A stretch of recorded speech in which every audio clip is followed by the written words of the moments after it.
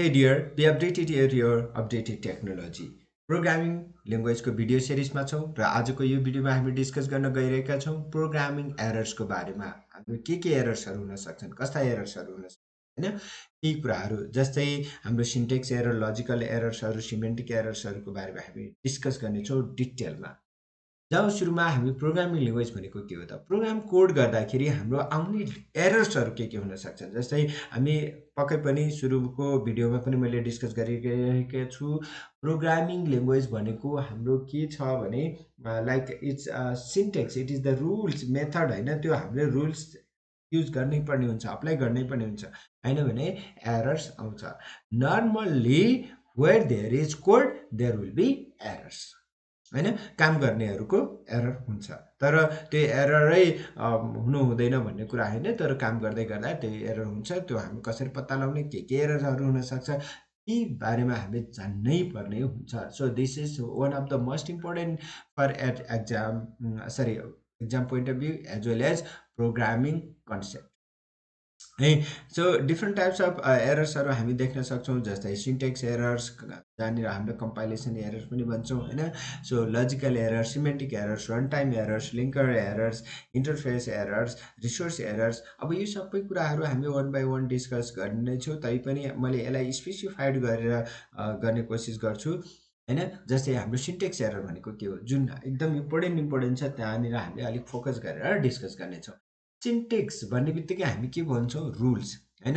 Rules violate गर्न भएन। Rules violate गरेर अर्थात् आफ्नै अनुसार रुल्स गर्ने थाल्यो भने कम्प्युटरले बुझ्दैन, उसले मैले यो कोड केही पनि बुझेन भनेर एरर्स दिन्छ। जहाँनिर जस्तै सिम्पल ल्याङ्ग्वेजहरू हैन, जहाँनिर हामीले फुल स्टप दिनुपर्ने हुन्छ, सेमिकोलन दिनुपर्ने हुन्छ, डबल कोटहरू दिनुपर्ने हुन्छ, पहिला भेरिएबल्सहरू डिक्लेयर गर्नुपर्ने हुन्छ।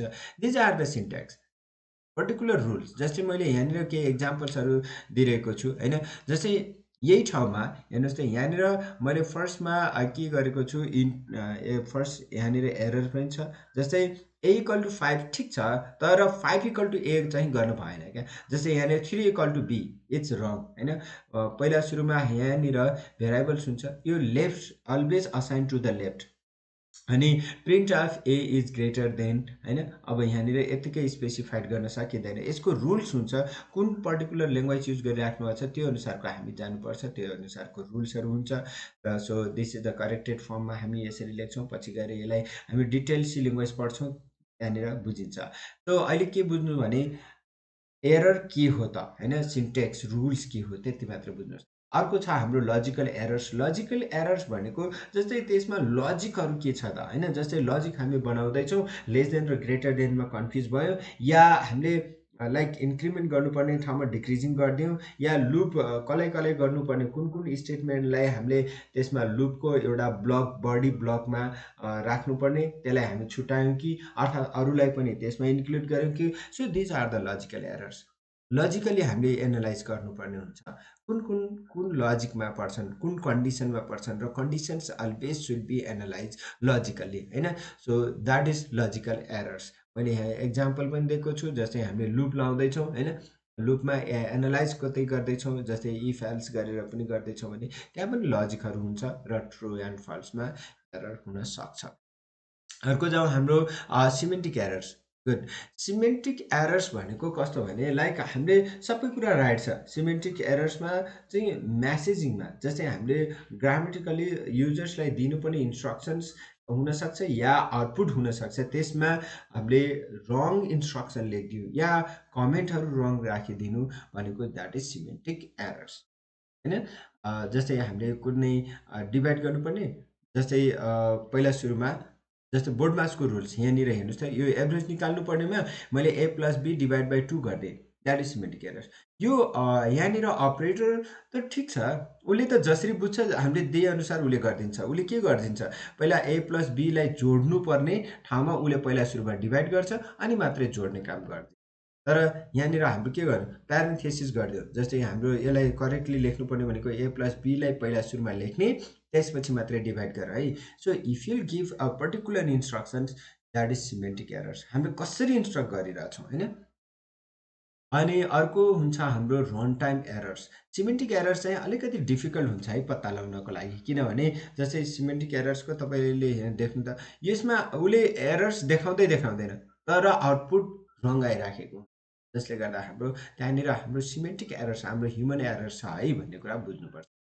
त्यसपछि जाउँ run time errors. Run time errors भनेको एक्जिक्युसन टाइम एरर्स हुनसक्छ होइन। अब अरू कुरा सबै ठिक हुन्छ, तर लाइक हामीले इन्स्ट्रक्सन दिने क्रममा लाइक प्रोपरली हामीले रुल्सहरू सिन्ट्याक्सहरू युज गर्न सकिया हुँदैन। जस्तै यहाँ हेर्नुहोस् त, यहाँ के भनेको छ, B equals to 2 is divide by 0।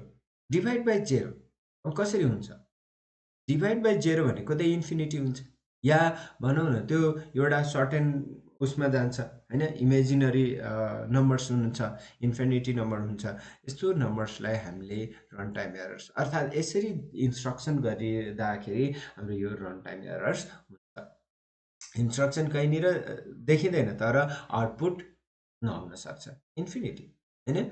So अनि त्यसपछि लिङ्कर एरर्स। लिङ्कर एरर्स चाहिँ हाम्रो के हो भने, अब हेर्नु चाहिँ हाम्रो एउटै प्रोग्राममा जस्तै रेडिमेड त्यहाँनिर फङ्सन्सहरू बनाइराखेको हुन्छ, जसलाई हामीले लाइब्रेरी फङ्सन भन्छौँ कुनै पनि प्रोग्रामिङ ल्याङ्ग्वेज। र त्यसलाई लिङ्क गर्नको लागि त्यहाँनिर हेडर सेक्सन्सहरू हुनसक्छ, या कुनै पर्टिकुलर ठाउँमा लगाएर राखेको हुन्छ, त्यसलाई कल गर्नुपर्ने हुन्छ। त्यहाँबाट हामीले त्यो फङ्सनलाई युज गर्दैछौँ भने त्यहाँनिर लिङ्क गर्नुपर्ने हुन्छ। यतिकै लिङ्क नगरिकन त्यहाँनिर त्यो फङ्सन्स युज गर्न पाउँदैनौँ। So that is link errors भन्छ है, त्यसरी हामी गर्छौँ। So these are the things. Thank you for watching, and please like, do like, subscribe and shares, comment गर्नुहोस्। Thank you, see you.